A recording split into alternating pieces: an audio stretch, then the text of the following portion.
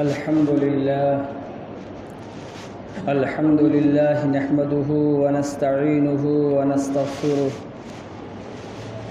ونؤمن به ونتوكل عليه ونعوذ بالله من شرور أنفسنا ومن سيئات أعمالنا من يهده الله فلا مضل له ومن يضلله فلا هادي له ونشهد أن لا إله إلا الله ونشهد أن سيدنا وسندنا ومولانا محمدا عبده ورسوله وصلى الله تعالى عليه وعلى آله وصحبه أجمعين أما بعد فأعوذ بالله من الشيطان الرجيم بسم الله الرحمن الرحيم ويضع عنهم إصرهم والأغلال التي كانت عليهم وقال رسول الله صلى الله عليه وسلم إن أعظم النكاح بركة أيسره مؤونة وقال عليه الصلاة والسلام أعلنوا هذا النكاح واجعلوه في المساجد صدق الله مولانا العظيم. محترم سامعین باتمکین، میرے عزیز دوستوں اور بزرگوں،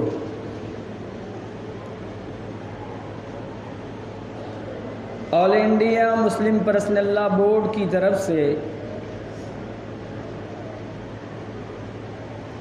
ہر جمعہ کے لیے ایک موضوع متعین کیا جاتا ہے. اسی موضوع کے تحت ہندوستان کے بہت سارے مساجد میں خطیب حضرات پابند ہوتے ہیں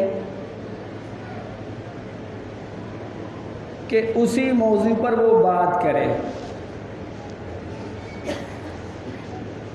چنانچہ اس ہفتے میں مسلم پرسنل لا کی طرف سے جو موضوع آیا ہے اس کا عنوان ہے نکاح کا اسلامی تصور اور جہیز کی ظالمانہ رسم.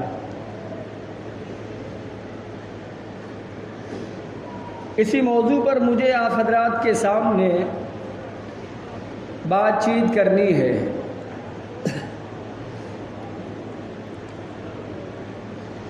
رب العالمین جب اپنے پیغمبر کو بھیجتا ہے تو بڑے مقاصد ہوتے ہیں بھیجنے کے. انہی میں سے ایک مقصد تو یہ ہوتا ہے کہ جب ایک نبی چلا جاتا ہے اور اس کا دور ختم ہو جاتا ہے تو ان کے ماننے والوں میں بہت ساری برائیاں در آتی ہیں.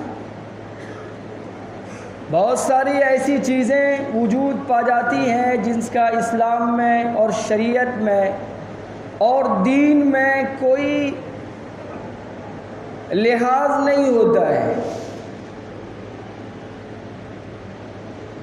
اللہ کی طرف سے جو فرستادہ نبی ہوتا ہے وہ آنے کے بعد پہلا کام تو یہ کرتا ہے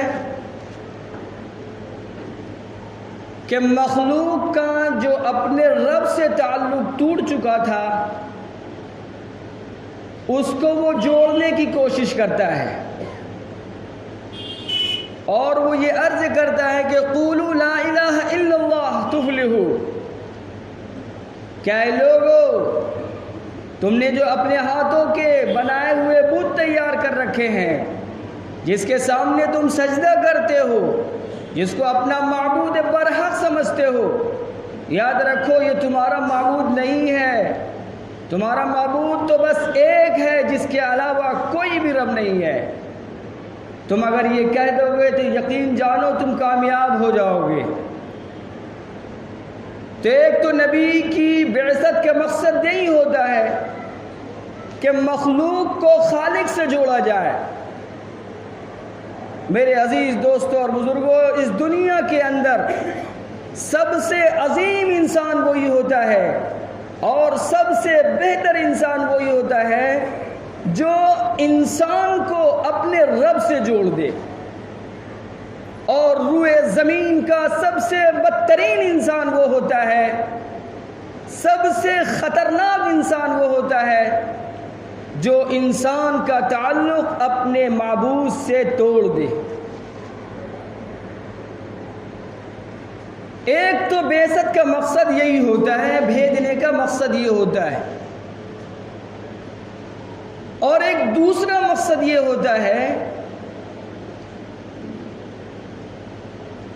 کہ بہت سارے انبیاء کے دور میں امت جب جرائم پر اتر جاتی ہے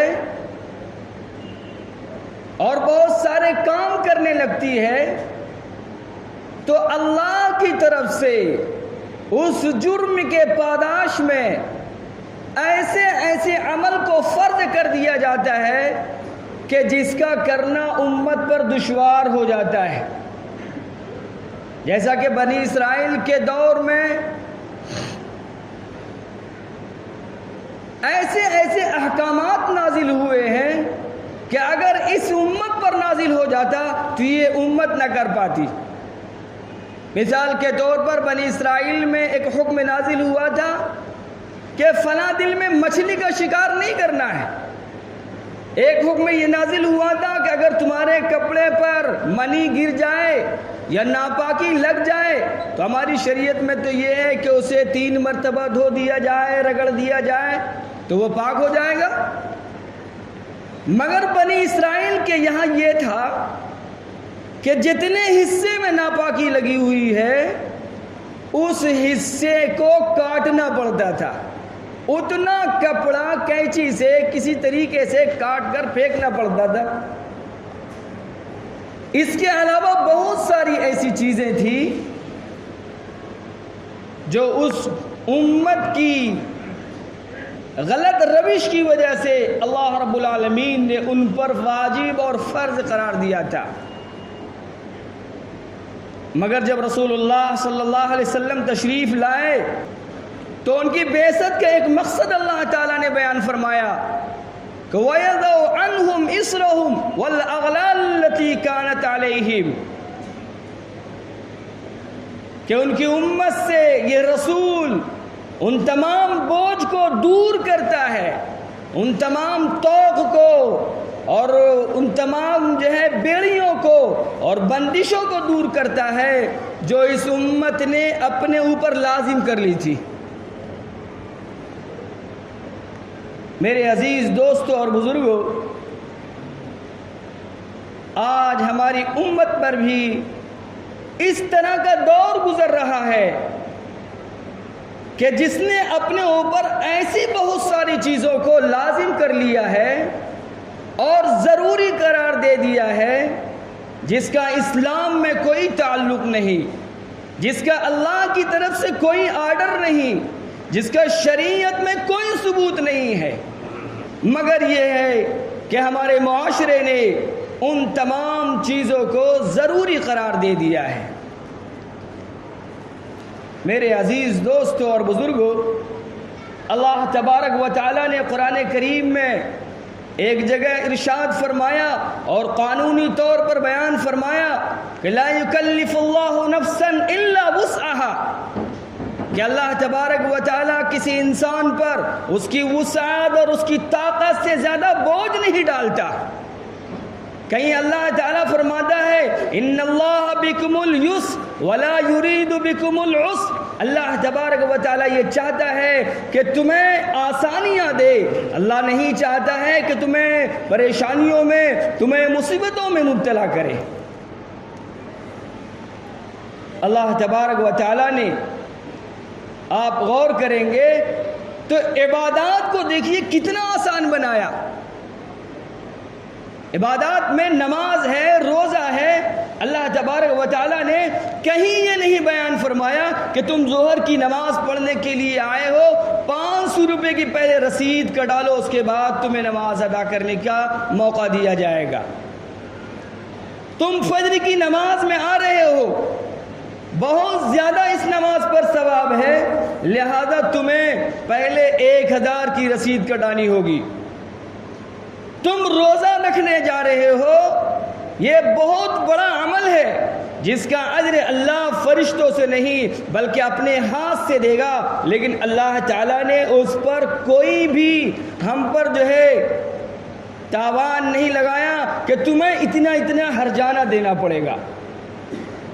اللہ نے بغیر قیمت کے اور تھوڑی مشقت کے ساتھ عبادات کو کرنے کا حکم دیا اور اس پر کسی طرح کی سختی نہیں برتی۔ اسی طریقے سے معاملات ہے، معاملات کے بارے میں بھی اللہ تبارک و تعالی نے آسانیاں ہی آسانیاں رکھی ہیں۔ یہ اور بات ہے کہ ہم نے معاملات کو، اپنے معاملات کو بالکلیہ شریعت سے آزاد کر دیا ہے۔ کہیں معاملات میں شریعت کا نام نہیں آتا ہے، ہم کسی طرح کا معاملات کرتے ہیں، بازاروں میں، دکانوں میں، گھروں میں، بھائیوں سے، باپ سے، بہن سے، کسی سے بھی کرتے ہیں، شریعت کا وہاں پر نام نہیں آتا۔ لیکن یہ یاد رکھیے، معاملات کو اللہ نے آسان کیا ہے اور معاملات کو کرنے کے لیے بڑی بڑی کتابیں لکھی ہوئی ہیں۔ عبادات سے زیادہ اللہ تعالیٰ نے معاملات پر کتابیں لکھی ہیں اور اس کو بہت زیادہ سہل انداز میں پیش فرمایا ہے۔ معاملات میں اور اسی طریقے سے اسلامی زندگی کہ جو ضروریات زندگی ہے اس کو بھی اللہ تبارک و تعالی نے بہت آسان فرمایا ہے۔ جیسے مثال کے طور پر نکاح ہے، یہ معاملات ہے، اس میں معاملات کی بھی شان ہے اور عبادت کی بھی شان ہے۔ اس نکاح کو رسول اللہ نے اور شریعت نے اور اسلام نے بہت ہی زیادہ آسان بیان کیا ہے۔ مگر کیا ہمارے معاشرے میں اور ہمارے علاقے میں، بلکہ یہ کہہ لیا جائے پورے ہندوستان کے اندر جو ہمارا نکاح ہوتا ہے وہ نکاح بالکلیہ اسلام سے آزاد ہو کر کیا جاتا ہے۔ 5% افراد آپ نہیں دکھا سکتے ہیں اور گنا نہیں سکتے ہیں کہ جو جب نکاح کرتا ہو اس نکاح کے موقع پر اسلامی شادی کی کوئی کتاب پڑھ لیتا ہو یا اسلامی قانون کا مطالعہ کر لیتا ہو یا یہ کہ وہ اس بات کو جاننے کی کوشش کرتا ہو کہ محمد الرسول اللہ کی شادی کیسی تھی، انہوں نے اتنی شادیاں کی، ان شادیوں میں انہوں نے کون کون سے کام انجام دیے، انہوں نے اپنے 4 بیٹیوں کی شادیاں کی، ان بیٹیوں کی شادیوں میں انہوں نے کتنے جہیز دیے، کتنی لمبی چوڑی انہوں نے دعوتیں کی۔ کیا کبھی ہمیں یہ دھیان آتا ہے، یہ خیال آتا ہے کہ ہمارا بھی نکاح بہت زیادہ آسان ہونا چاہیے؟ میں نے خطبے میں ایک حدیث پاک پڑھی تھی جس میں رسول اللہ صلی اللہ علیہ وسلم نے ارشاد فرمایا تھا، ان اعظم النکاح برکتاً ایسرہ مؤونہ، کہ سب سے بابرکت نکاح وہ ہے، سب سے بابرکت نکاح وہ ہے جس میں سب سے کم خرچے آئے۔ بھلا بتائیے کیا ہمارے معاشرے میں اس نکاح کو سب سے بابرکت سمجھا جاتا ہے؟ ہماری بچی کی شادی ہو رہی ہے، اگر ہم نے اپنے پڑوسی کو دعوت نہیں دی، اگر ہم نے اپنی بہن کو دعوت نہیں دی، اگر ہم نے اپنے محلے اور ٹولے کے لوگوں کو دعوت نہیں دی اور ہم نے خرچ کم کیا تو معاشرے میں ہمیں مطعون کیا جاتا ہے، ہم پر لعن طعن کیا جاتا ہے، یہ انسان تو بڑا بخیل معلوم ہوتا ہے۔ اور اس بات کو آپ یاد رکھیے، پورے ذخیرے حدیث میں کہیں پر یہ بات نہیں ملتی ہے کہ جب لڑکی کا نکاح ہوتا ہے تو لڑکی کے والد کے گھر میں کسی طرح کی دعوت کی جاتی ہے۔ پوری ذخیرے حدیث میں آپ نہیں دکھا سکتے ہیں. صحابہ کے دور میں ہو، تابعین کے دور میں ہو، لڑکی کے یہاں کوئی دعوت نہیں ہوتی ہے. لیکن ہمارے معاشرے میں ہم سب کو غور کرنے کی ضرورت ہے کہ ہم کتنا لمبا چوڑا خرچ کرتے ہیں. اس کے لیے نہ جانے بھیک مانگنے کی ضرورت پڑتی ہے تو ہم بھیک بھی لے لیتے ہیں، زکوٰۃ مانگنے کی ضرورت پڑتی ہے ہم زکوٰۃ بھی لے لیتے ہیں، جھوٹ بولنے کی ضرورت پڑتی ہے ہم جھوٹ بھی بول لیتے ہیں. مگر میں دعوے کے ساتھ کہتا ہوں اور گارنٹی کے ساتھ کہتا ہوں، ذکر حدیث میں کہیں بھی یہ نہیں لکھا ہوا ہے کہ لڑکی والا باراتی والوں کو بلائے، لوگوں کو بلائے اور پورے محلے کی دعوت کرے. کہیں نہیں لکھا ہوا ہے. ہاں، لڑکے والے کو ضرور رسول اللہ صلی اللہ علیہ وسلم نے اس بات کی تعلیم دی ہے کہ تم ولیمہ کرو، یہ خوشی کا موقع ہے. تمہارے گھر میں ایک نئی لڑکی آ رہی ہے، تمہارا گھر آباد ہو رہا ہے، تمہارے لیے بہترین موقع ہے. تم استطاعت کے مطابق فضول خرچی سے بچتے ہوئے بہتر یہ ہے کہ تم جو ہے ولیمہ کرو. لیکن وہاں بھی شریعت بالکل انسان کو آزاد نہیں چھوڑتی ہے کہ ہم بہت بڑے پیسے والے ہیں، ولیمہ جائز ہے، ولیمہ مسنون ہے، لہذا ہم ایک کی جگہ 100 خرچ کریں گے تاکہ پورے معاشرے میں ہمارا نام روشن ہو. میرے عزیز دوستوں اور بزرگوں، اس دو بات کو آپ سمجھیے کہ معاشرے کے اندر لڑکی کی جہاں بھی شادی ہو، ہم میں سے کسی کی طرف سے یہ مطالبہ نہیں ہونا چاہیے کہ مجھے دعوت کیوں نہیں دی گئی. آج لڑکی والے پریشان ہوتے ہیں اور یہ کہنے پر مجبور ہوتے ہیں کہ اگر ہم دعوت نہیں دیں گے تو لوگ ہمیں تانا دیں گے، ارے یہ تو بڑا کھانے والا تھا، ہمارے یہاں دعوت میں آیا، اس کے یہاں دعوت میں گیا، اس کے یہاں دعوت میں گیا، جب اپنی بیٹی کا نمبر آیا تو بتا رہا سنت یہ ہے، بتا رہا شریعت یہ ہے، بتا رہا طریقہ یہ ہے. نہیں، ذہن و دماغ سے اس کو بھلائیے، ولیمہ آپ کیجئے. لیکن یہ بات یاد رکھیے کہ ولیمہ میں بھی فضول خرچی کرنا حرام ہے. نکاح آپ مسجد میں کیجئے. جناب نبی کریم صلی اللہ علیہ وسلم کی میں نے ایک حدیث پڑھی تھی خطبے کے اندر، آپ صلی اللہ علیہ وسلم نے اس میں ارشاد فرمایا تھا، اعلنوا هذا النکاح واجعلوه فی المساجد، کہ تم نکاح کا اعلان مسجد میں کرو اور نکاح کو مسجد ہی میں کرو. لیکن ہمارا معاشرہ کبھی بھی نکاح کرتا ہے، خال 2 4 5 10 احباب ایسے ہوں گے جو اس بات کی کوشش کرتا ہے کہ ہمارا نکاح مسجد میں ہو. جب آپ نکاح مسجد میں کریں گے اور رسول اللہ صلی اللہ علیہ وسلم کے اس حکم کے مطابق کریں گے اور مجمع عام میں نکاح کریں گے اور مصلیوں کی موجودگی میں نکاح کریں گے تو وہاں پر بھلا بتائیے اتنا سارا مجمع ہوگا، نکاح ہوگا، اتنے سارے نیک لوگ ہوں گے، دعائیں ہوں گی، تو اس دعا کا اثر ہوگا یا نہیں ہوگا؟ 12 بجے رات میں نکاح ہوتی ہے، جو بارات کے لوگ آتے ہیں ان میں سے میں گارنٹی کے ساتھ کہہ سکتا ہوں 95 اور 90% لوگ ایسے ہوتے ہیں جو بے نمازی ہوتے ہیں، جن کا کوئی تعلق نہیں ہوتا نماز سے، ہفتے میں عیدین میں پہنچ جاتے ہیں. اب ایسے لوگ نکاح کی مجلس میں جب رہیں گے اور آمین کہیں گے تو کیسے فرشتے اس کی دعا پر آمین کہہ سکتے ہیں؟ نکاح جب مسجد میں ہوگا تو آپ فضول خرچی سے بچیں گے. نکاح جب مسجد میں ہوگا تو روشنی پر جو خرچ آتا ہے، ٹیبل پر جو خرچ آتا ہے، شامیانے پر جو خرچ آتا ہے، ان تمام خرچوں سے آپ بچ جائیں گے. آج معاشرہ پریشان ہے.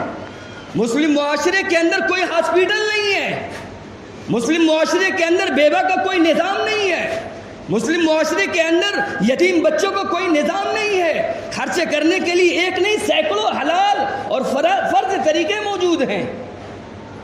ہماری نوجوان بچیاں اسکولوں میں جا رہی ہیں، ایک اسکول ایسا آپ نہیں دکھا سکتے ہیں جہاں شریعت و سنت کے مطابق پردے میں رہتے ہوئے اس کو تعلیم دی جاتی ہو. کیا وہاں پر عمرا کے لیے اور مالداروں کے لیے یہ فرض نہیں ہے کہ وہ اس طرح کے اسکولوں کا انتظام کرے کہ ہماری بچیاں، ہماری بیٹیاں وہاں تعلیم حاصل کریں؟ یہ کیا غیر مسلموں پر فرض ہے؟ یہ عیسائیوں کی ذمہ داری. شوق سے پڑھائیے، یہ پڑھانے کا دور ہے. ضرور آپ اپنی بچیوں کو پڑھائیے، انجینئر بنائیے، ڈاکٹر بنائیے، لائر بنائیے، جو چاہیے بنائیے، لیکن اس بات کو یاد رکھیے کہ مسلمان رہتے ہوئے اس کو بنائیے. ایسا نہ ہو کہ آپ کے پاس اپنا اسکول بھی نہ ہو، اپنا کالج بھی نہ ہو، اور آپ اپنی بچیوں کو بھیج دیں اور پھر گھر میں آنے کے بعد ان کے موبائل کو بھی چیک نہ کریں، ان کے تعلقات کو بھی چیک نہ کریں. بالآخر ایک دن آئے گا بچیاں ہاتھ سے بے ہاتھ ہو جائیں گی. اسی البدل اسکول میں ایک ماسٹر پڑھایا کرتا تھا جبار چکا، جن کا نام ماسٹر اعجاز تھا. ماضی قریب میں بھی ہمارے ایک دوست سے، ایک مفتی صاحب سے بتا رہے تھے کہ میرے پاس پڑھنے والی بہت ساری مسلم طالبات تھیں، ان میں سے 6 بچیاں ایسی ہیں جن 6 بچیوں نے غیر مسلموں سے نکاح کر لیا. رشتے آتے تھے، ڈیمانڈ ہوتا تھا کہ ہمیں 1 لاکھ چاہیے، 2 لاکھ چاہیے، 5 لاکھ چاہیے، ہمیں واشنگ مشین بھی چاہیے، ہمیں فریج بھی چاہیے، ہمیں کولر بھی چاہیے، ہمیں گاڑی بھی چاہیے. ماں باپ کے پاس نہیں ہوتا تھا. جب ماں باپ ڈیمانڈ پورا نہیں کرتے، لڑکیاں نادان ہوتی ہیں، لڑکیاں فریب میں بہت جلد پھنس جاتی ہیں. بالآخر وہ بچیاں غیر مسلموں کے ہاتھ چلی گئی. 6 بچیوں کے نام انہوں نے بتلائے جو مسلمانوں کے گھر کی بچیاں ہیں، جو غیر مسلموں کے باہوں میں چلی گئی. کیا پورا معاشرہ گنہگار نہیں ہوگا؟ اور یہ بات بھی آپ یاد رکھیے، پورے ذخیرے حدیث میں جہیز کا کہیں لفظ نہیں ملتا ہے، بارات کا کہیں لفظ نہیں ملتا ہے. پورے دنیا کے اندر جتنی بھی زبانیں ہیں، سب سے مالدار زبان عربی زبان ہے. سب سے مالدار زبان عربی زبان ہے. اس زبان میں بارات کے لیے ایک لفظ کہیں نہیں ملتا. لیکن ہمارے معاشرے میں بارات جس کا قرآن حدیث میں کوئی تصور نہیں، جہیز جس کا قرآن حدیث میں کوئی تصور نہیں، وہ ساری چیزیں مسلم معاشرے میں پنپ رہی ہیں. اس کا نتیجہ کیا ہو رہا ہے؟ اس کا نتیجہ یہ ہو رہا ہے کہ مسلم بچیاں یا تو خودکشی کر رہی ہیں، یا تو ہلاک ہو رہی ہیں، یا تو زہر کھا کر جان دے رہی ہیں. ابھی آپ لوگوں نے دن پہلے احمد آباد کی عائشہ نام کی ایک لڑکی، چہرے مہرے سے ایسا لگ رہا تھا جیسے کہ اس نے ابھی 2 سال پہلے شادی کی ہے. وہ بچی تنگ آتی ہے اپنے شوہر سے، وہ بچی تنگ آتی ہے اپنے سسر سے، وہ بچی تنگ آتی ہے اپنے ساس سے، اور وہ پریشان کرتے ہیں تو نے اتنا جہیز کم کیوں لایا؟ ماں باپ کے پاس نہیں ہوتا ہے، وہ نہیں دے پاتے ہیں. بالآخر وہ لڑکی مجبور ہوتی ہے اور یہ عرض کرتی ہے کہ میں اللہ کے پاس جاؤں گی اور اللہ سے یہ عرض کروں گی، کیا تو نے مجھے دنیا میں اس لیے بھیجا تھا تاکہ میں اپنے شوہر سے لڑوں؟ تو نے مجھے دنیا میں اس لیے بھیجا تھا تاکہ میں اپنے ساس سے اور سسر سے لڑوں؟ میرا کیا قصور تھا جو مجھے یہ لوگ پریشان کرتے ہیں؟ جہیز کے کم ہونے کی وجہ سے 1912 سے لے کر 2015 تک کی رپورٹ یہ ہے، تقریباً 24,771 لڑکیاں موت کے گھاٹ اتار دی جاتی ہیں. 2.5 کروڑ کم از کم کیس کورٹ میں پہنچتے ہیں جہاں لڑکیاں یہ داستان سناتی ہیں کہ ہم پر ہمارا معاشرہ ظلم کر رہا ہے، ہمارا شوہر مجھے تنگ کرتا ہے، ابھی میں ماضی قریب کی 2-4-10 دن پہلے کی بات بتا رہا ہوں. اسی علاقے کے اندر ایک لڑکے کا رشتہ کسی لڑکی کے پاس پہنچتا ہے. ڈیمانڈ کیا جاتا ہے مجھے 2 لاکھ چاہیے, پہلی منزل کی چھت کے لیے رقم چاہیے, واشنگ مشین چاہیے, گاڑی چاہیے, پتہ نہیں کیا کیا وہ ڈیمانڈ کرتا ہے. میرے عزیز دوستوں اور بزرگوں, سمجھنے کی بات یہ ہے, پوری جوانی اللہ نے دی, تم نے کیا کما کر اپنے ساس سسر کے یہاں بھیجا تھا؟ تم کیسے بھیک منگے ہو؟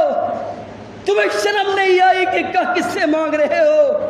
جس کی بچی سے صدا تم کام لوگے, جو بچیاں تمہارے کام آئیں گی, تم کیسے انہیں پریشان کرتے ہو, کیسے ان کے سامنے دستے دوال دراز کرتے ہو, اور کیسے ڈیمانڈ رکھتے ہو. اور یاد رکھنا, لڑکی کے یہاں سے جو چیز بھی حاصل کی جائے گی ڈیمانڈ کے نام پر, وہ رشوت ہوگی اور وہ حرام ہوگا. اس لیے میرے عزیز دوستوں اور بزرگوں, اپنے معاشرے سے ان تمام چیزوں کو ختم کرنے کی ضرورت ہے. مسجد کے اندر نکاح کو رائج کرنے کی ضرورت ہے. لڑکی والوں کے یہاں دعوت نہ کھائیے. دھیرے دھیرے ان کو دل و دماغ میں یہ بات آ جائے گی کہ شریعت کی طرف سے یہ کوئی خرچ ہی نہیں ہے. لڑکے کی طرف سے الگ ڈیمانڈ ہوتی ہے, اب پورے محلے کا الگ پریشر ہوتا ہے. والدین کی نیند حرام ہو جاتی ہے, وہ پریشان ہو جاتے ہیں, کہاں سے میں اس بچی کے لیے سامان تیار کروں گا. اور یہیں پر معاملہ بس نہیں ہو جاتا. جب لڑکیوں کی عمر زیادہ ہو جاتی ہے تو پھر گھر سے بھاگنے پر وہ مجبور ہوتی ہے. پھر وہ یہ نہیں دیکھتی کہ سامنے والا لڑکا مسلم ہے کہ غیر مسلم ہے. معاملہ پھر یہیں پر نہیں تھمتا. پیٹ کے اندر جو معصوم بچہ ابھی جنہوں نے دنیا نہیں دیکھا ہے, عورتیں اسے کلینک میں لے جاتی ہیں, اسے دوا ڈال کر, اسے گلا کر, اسے کاٹ کاٹ کر دنیا کے اندر آنے سے اسے محروم کر دیا جاتا ہے. زمانے جاہلیت میں جو گناہ کفار و مشرکین کر رہے تھے, آج وہی گناہ یہ مسلمان کرنے لگتا ہے. آج وہی گناہ ہم اور آپ کرنے لگتے ہیں, ہماری مائیں اور بیٹیاں اور بہنیں کرنے لگتی ہیں. میرے دوستوں بزرگوں, اس کو سمجھنے کی ضرورت ہے کہ یہ کتنا مہلک مرض ہے اور کتنا ظالمانہ یہ سسٹم ہے. اور یہ بات یاد رکھیے, یہ سارا جو رسم و رواج ہے ہم نے یہاں کے برہمنوں سے لیا ہے, جو برہمن کے ہمارے جانی بھی دشمن ہیں, جو ہمارے مالی بھی دشمن ہیں.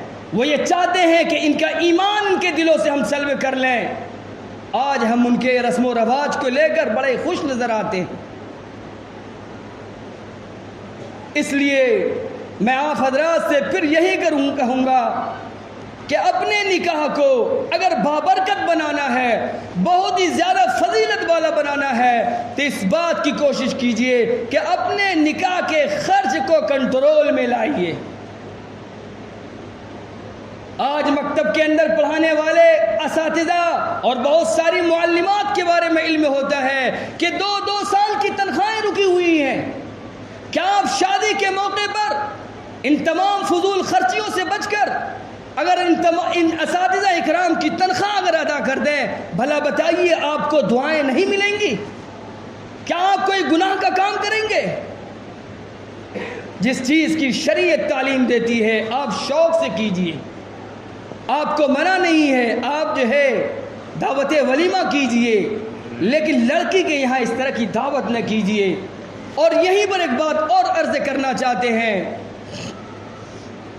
اکثر و بیشتر نکاح کے لیے 12 اور 11 اور 1 بجے وقت منتخب کیا جاتا ہے. میرے عزیز دوستوں اور بزرگوں, آپ یہ نہ سمجھیں کہ یہ نکاح پڑھاتا ہے اس لیے اس طرح کی باتیں بتا رہا ہے. نہیں, یہ میری شرعی ذمہ داری تھی. آپ نے اگر 1 بجے نہیں 2 بجے نکاح پڑھا لیجئے, ہم تو نکاح پڑھا دیں گے, جو نکاح پڑھانے والا ہوگا وہ نکاح پڑھا دے گا. لیکن آپ نے کچھ سمجھا؟ مجمع کے اندر جتنے لوگ ہوتے ہیں ایک آدمی کو فجر کی نماز میں پھر آنے کی توفیق نہیں مل پاتی، حتیٰ کہ نکاح پڑھانے والا چاہے وہ امام ہو چاہے غیر امام ہو، اگر بہت زیادہ متقی و پرہیزگار ہوگا تو وہ مصلی پر پہنچ جائے گا، ورنہ تو اس کی بھی نماز قضا ہو جائے گی۔ اس کا گناہ ہمیں بتائیں کس کو ملے گا؟ اس کا گناہ ضرور ملے گا۔ اس لیے ان تمام چیزوں پر آپ حضرات ذرا گہرائی سے سوچیں اور سمجھیں۔ بہت زیادہ معمولی سی انسان کو زندگی دی جاتی ہے اور امتحان کی زندگی دی جاتی ہے۔ ایسا نہ ہو کہ مرنے کے بعد کل قیامت میں ہم میں سے ہر ایک کو شرمندگی کا سامنا کرنا پڑے۔ بہتر ہے کہ وقت سے پہلے ہم میں سے ہر ایک کو اپنی زندگی کا بالکلیہ جائزہ لے کر شریعت و سنت کے مطابق بنانے کی فکر کرنا چاہیے۔ اللہ تبارک و تعالی ہم میں سے ہر ایک کو عمل کرنے کی توفیق سے نوازے۔ وآخر دعوانا الحمد للہ رب العالمین۔